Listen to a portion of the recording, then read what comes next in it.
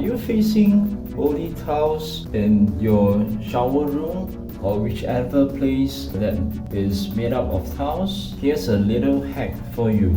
Use a toothbrush that you wanted to dump it away, which is used, and simply use it to brush. This way it can actually remove the molds and wash it with water.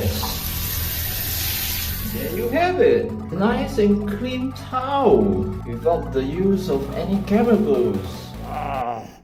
I don't care if you like my video.